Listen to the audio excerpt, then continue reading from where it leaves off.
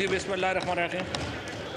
जनाब स्पीकर, पहली बात तो ये थी कि हमें ख्याल ये था कि आज जनाब no cross talk please, no cross talk, ये बात कुछ करने दीजिए। लीडर ऑफ द अपोजिशन जो हैं वो आज एक एग्जेम्पशन लेके, छुट्टी लेके अदालत से यहाँ तशरीफ़ लाए थे जहाँ पे उनका मनी लॉन्ड्रिंग का केस चल रहा है। तो ख्याल ये था मेरा, जब वो खड़े हुए, मेरा बड़ा एहतराम है कि वो एक लीडर की तरह ख़िताब करेंगे, लेकिन अनफॉर्चुनेटली उन्होंने एक बार फिर साबित किया कि वो एक ऑर्डनरी शोबदाबाज हैं जिनके पास कोई कहने को बात नहीं है, जिनके पास कोई बात सवाए इसके कि थोड़े थोड़े हर बात के ऊपर जो है वो एक शोबदाबाजी कर सके, हर हादसे के ऊपर सियासत कर सके। इसके अलावा इनके पास आज भी कहने को कुछ नहीं था। एक ऐसा सानिया हुआ जिसके ऊपर तमाम जो ऐवान है, तमाम कौम जो है वो अश्कबार है।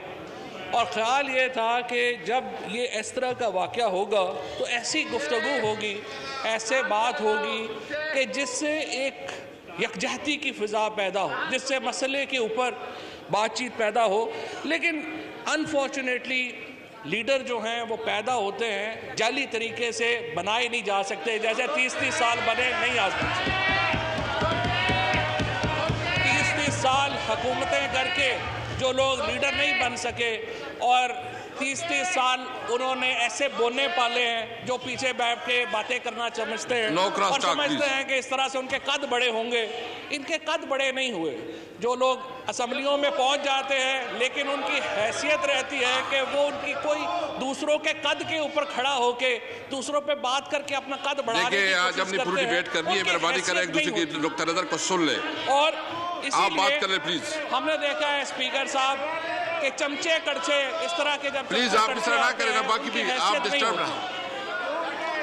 सवाल ये था जनाब speaker, no cross talk please, no cross talk please, हैरत हुई, नो क्रॉस टॉक हैरत हुई कि ये कह रहे हैं कि नेहरू सो रहा था।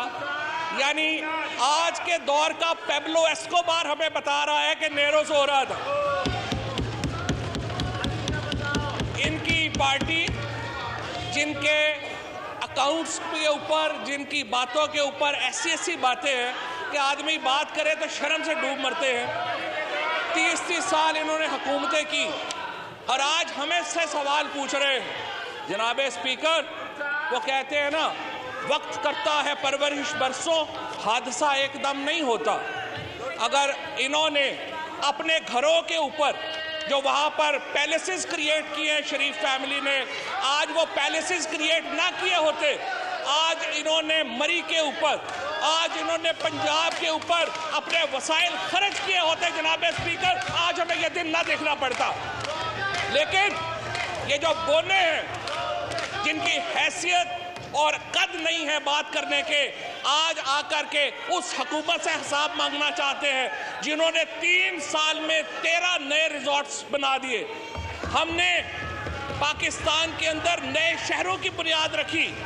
वज़ीर आज़म इमरान खान ने पाकिस्तान में आके पहली बार ये तवज्जो दिलाई कि माहौल के ऊपर भी कोई बात होनी चाहिए। पाकिस्तान के वज़ीर आज़म ने पहली बार आके ये बात कराई कि हमारे दरख्त ख़त्म हो रहे हैं। ये सिर्फ इमरान खान था जिसने पाकिस्तान में आके टूरिज़म की बात की।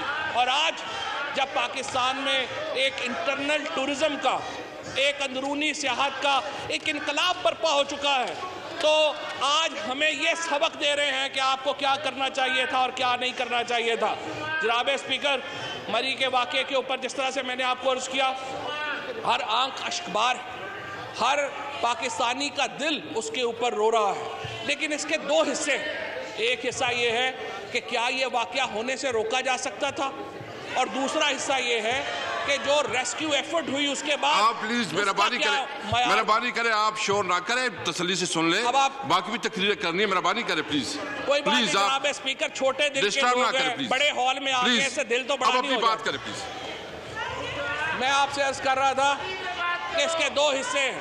एक हिस्सा है कि क्या आप ये वाक़या होने से रोक सकते थे, और दूसरा हिस्सा है कि क्या आप ये जो रेस्क्यू एफर्ट्स हैं ये कितनी कामयाब हुई। आप जनाब स्पीकर, सबसे पहले तो मैं आपको बताना चाहता हूं कि पंजाब की हुकूमत ने इसके ऊपर जो कमेटी बनाई है, 1,64,000 गाड़ियाँ जो हैं वो 5 दिन में मरी के अंदर दाखिल हुई। ये जो वाक़या हुआ, सदाकत अब्बासी साहब यहाँ पे हैं, वो आपको डिटेल में भी बताएंगे, जो हमारे MNA हैं मरी से।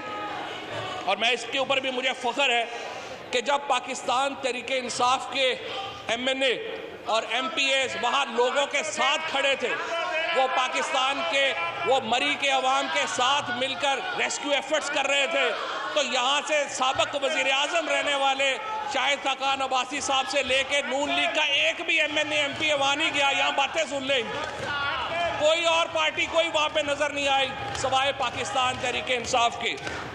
जाबे स्पीकर, हमने जो रेस्क्यू एफर्ट की है, जो पाकिस्तान की सिविल इंतज़ामिया ने, पाकिस्तान के अफवाज ने, पाकिस्तान के इदारों ने मिलकर के जो रेस्क्यू एफर्ट की है, 1,64,000 गाड़ी मरी में दाखिल हुई है और लाखों लोग उस दिन दाखिल हुए हैं। सिर्फ 24 घंटे के अंदर जनाब स्पीकर ये तमाम रोड क्लियर हुई, ये तमाम जो रेस्क्यू एफर्ट है वो कामयाब हुई। वज़ीर आला पंजाब मरी में थे, वफाकी हुकूमत मरी में थी, वुज़रा पाकिस्तान तहरीके इंसाफ के कारकुनान वहाँ पर मौजूद थे। और ये एक पता करता है कि जब एक कौम, जब एक लीडर कौम को लीड कर रहा होता है तो वो किस तरह से कामयाब रेस्क्यू एफर्ट्स जो हैं वो करता है। मैं याद नहीं कराना चाहता, दिल खराश वाक़यात है, मैं याद कराना चाहता हूँ लीडर ऑफ द अपोजिशन को कि बदकिस्मती से, पंजाब की बदकिस्मती से, जब वो वज़ीर आला थे हर रोज़ एक नया हादसा होता था। 100 बच्चे चिल्ड्रन हॉस्पिटल में ऑक्सीजन ना होने से अपनी जान से चले गए। आग लगना मामूल का वाक़या बन गया था, बच्चों के हॉस्पिटल में आग लग गई और पंजाब हुकूमत मुंह देख रही थी। परसों इनका इंटरव्यू का एक क्लिप में देख रहा था, मॉडल टाउन का वाक़या हो रहा था, फायरिंग हो रही थी, मासूम लोग पुलिस की गोलियों का निशाना बन रहे थे और बादशाह सलामत ने फरमाया कि मेरा तो काम नहीं था, मैंने टीवी पे देखा कि पुलिस गोलियां मार रही है तो मैंने कहा रोक दो। ये तो इनकी एडमिनिस्ट्रेशन की हालत थी जनाब स्पीकर। इनकी तमाम तर तवज्जो जहाँ पे, चाहे वो मॉडल टाउन हो चाहे वो मरी हो, तमाम तरक्की अपने घरों के इर्द गिर्द हुई है। ये बदकिस्मती की बात है जनाब स्पीकर। हमने एक कल्चर डेवलप करना है। हम ऐवान के अंदर तवक्को करते हैं एक पाकिस्तान के अंदर एक इंटरनल टूरिज़्म की एक नई रियलिटी में जन्म लिया। इंटरनल टूरिज़्म की एक नई हकीकत पाकिस्तान में आई है, जहां पर लाखों लोग आज अल्हम्दुलिल्लाह पाकिस्तान में इंटरनल सियाहत से लुत्फ़अंदोज़ होने जा रहे हैं। आप ये बहुत सीरियस डिस्कशन है मेरे ख्याल में। लोग आप इस तरह ना करें, आप इस तरह कमेंट्स ना करें। देखिए, दोनों तरफ से मेरी रिक्वेस्ट है, दोनों तरफ से कि आप पेशेंस से, हौसले से सुन लें प्लीज़। मेरे दोनों तरफ से आप लोग प्लीज़, मतलब सारे डिस्टर्ब रहेगा, अच्छा नहीं लगेगा ना। प्लीज छोड़ो कि दोनों साइड डिस्कस करें। मेरे हुकूमत और अपोजिशन दोनों से रिक्वेस्ट है कि वो तहम्मुल का और बर्दाश्त का मुजाहरा करें। जो एक हकीकत, नई हकीकत हमारे यहाँ इमर्ज हो रही है इंटरनल टूरिज़्म के लिए, उसको पुराने जो हमारे सेटअप्स हैं, एडमिनिस्ट्रेशन सेटअप्स हैं, उनके साथ नहीं चलाया जा सकता। लिहाजा हम पूरी कोशिश कर रहे हैं कि इसको रिप्लेस किया जाए, मॉडर्न सेटअप्स लाए जाएं, जहां पर एक ऐसी इंतज़ामी स्ट्रक्चर्स खड़े किए जा सके जो इतनी बड़ी आबादी को कैटर कर सके। बदकिस्मती से इन 70 सालों में, और हमने देखा है कि गुज़श्ता 30 सालों में जब ये दोनों हुकूमतें यहाँ पर रही हैं, बदकिस्मती से यहाँ आवे का आवा बिगड़ा हुआ है। हर चीज़ आपको नई बनाना पड़ रही है, आपको पाकिस्तान को बुनियादों से ईंट लगा के खड़ा करना पड़ रहा है।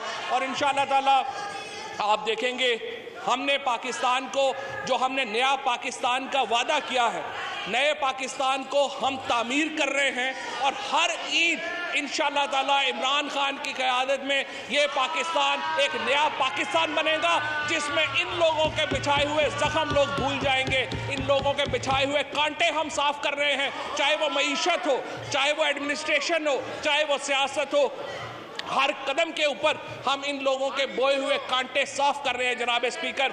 और इंशाअल्लाह ताला आप देखेंगे आज के बाद अगले 7 साल में भी आप देखेंगे इनका रोना धोना तो यही जारी रहना है। इन्होंने यहाँ पे भी और बंदे और कम हो जाएंगे जितने अभी हैं, ये रोना धोना जारी रहेगा। और इमरान खान की क़यादत में पाकिस्तान इंशाल्लाह तरक्की की मंजिलें तय करेगा और टूरिज्म भी तरक्की करेगा और इंशाल्लाह पाकिस्तान के शहर भी नए बनेंगे, रिजॉर्ट्स भी नए बनेंगे। बहुत शुक्रिया जनाब स्पीकर।